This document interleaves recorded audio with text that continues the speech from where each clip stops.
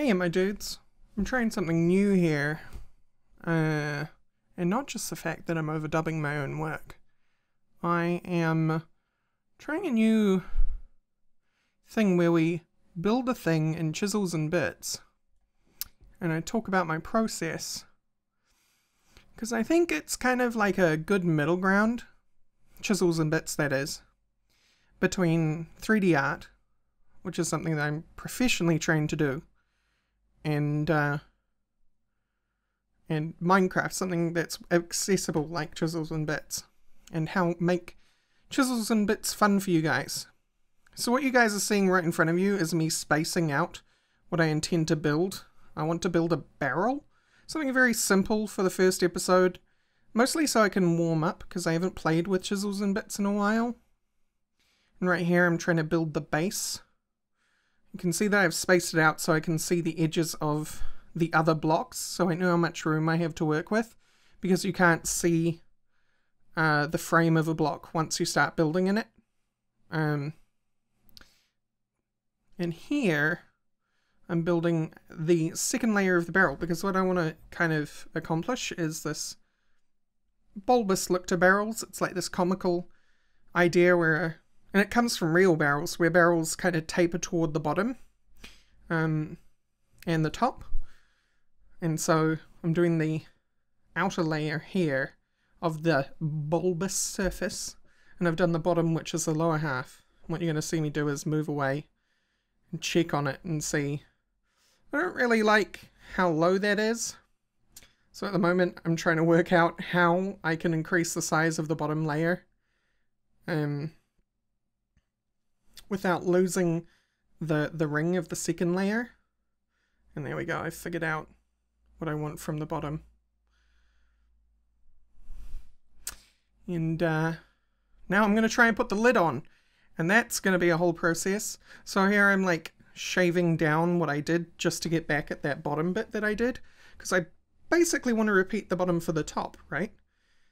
And so now I'm going to struggle with Chisels and Bits for a while I work out how it is that I'm meant to implement that lid on the top of it. I couldn't remember how, but it's that you actually grab a copy of the original and you hold down shift, but it also needs to have a surface to place on, so you're going to see me use the line tool here, and I'm messing with the controls because I hadn't set any before even starting this episode. Go me. So that'll be done for next episode though, so you don't have to worry about that. Getting Quark out of the way. But the reason why I keep deleting that bit that I put on the top is because that's not actually inside the block that I'm working on. That's on the block above it. Which is why I keep putting it on the block to the left to check that I've got the right height. And here I think I'm actually working it out, and have worked it out, although I misplaced it, so I had to shave bits off and add bits on to move it over slightly.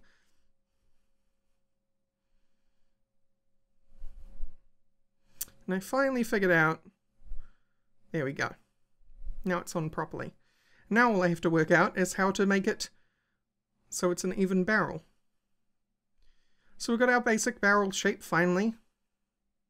I'm going to move away from it in a second after I've chiseled out the top of it to give it some depth, so that you can kind of imagine the actual lid on the barrel. And here I'm trying to pick out a good metal. So, because normally barrels have hoops around them to keep all the slats in place, to make sure that even over time the slats remain where the carpenter puts them, because, you know, metal's strong like that. Hurrah. And here I'm just trying to work out how thick I want them to be, where I want them to be placed. I eventually settled that I want a 1 thickness, so that there's more barrel than there is hoop, basically. Although you could go with a thicker barrel hoop and it would look, I think, good, because it would just look a little more comical. And maybe that's good for Minecraft. So there's always chances to go back and revise work if you wanted to. But here I'm putting it around we're going to get to the interesting, well, what I find is one of the more interesting parts of Chisels and Bits. I could have left the barrel there and it's done, right?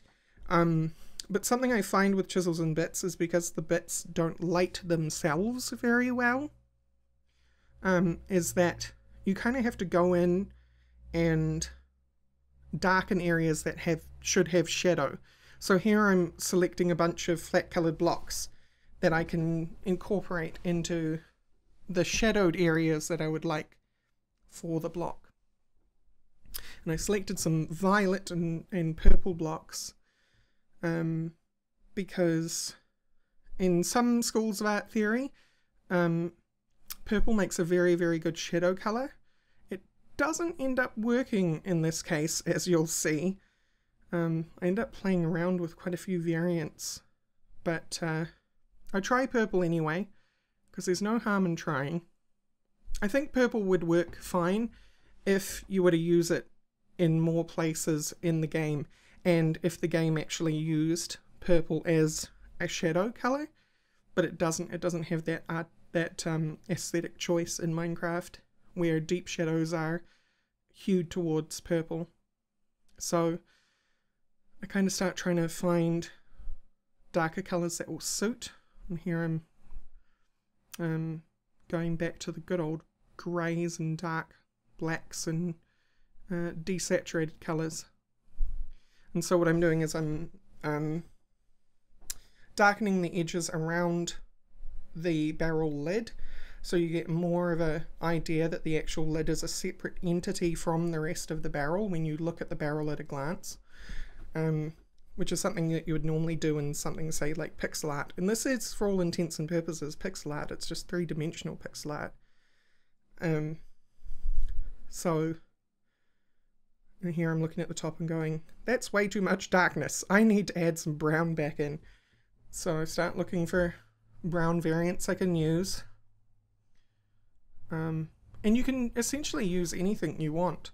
It doesn't really matter. The only problem is if you ever end up exporting the models, although I don't think that's possible in Chisels and Bits yet, although I know it's one of the things that Algorithm wants to do, you'll need to make sure you have all the mods involved that the person ended up using, but that's fine.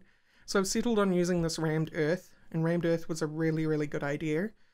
But I've decided to keep some of the dark grey and black that I've been using, just to make it so the slats of the barrel look like they have depth to them in the dark areas.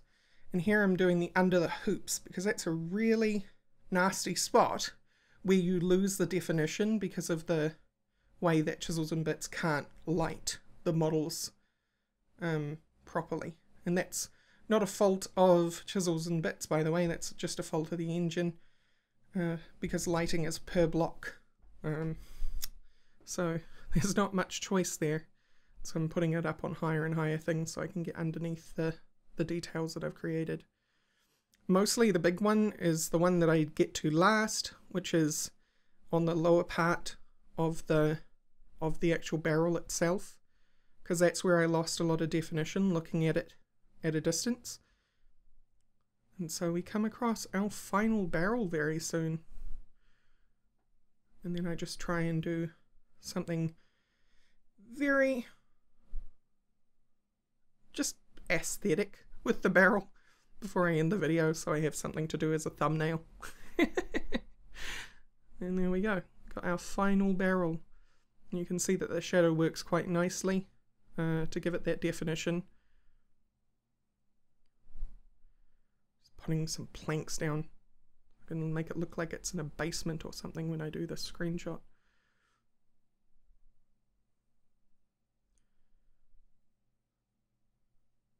Stuck a roof on, put a torch up, get some gunpowder eventually. This didn't end up working. I wanted it to work real bad, and I nearly got it to work, but then I realized I didn't really have anything to cover the bottom of the barrel with. So I couldn't make it look like the gunpowder was coming from a barrel. But there you go.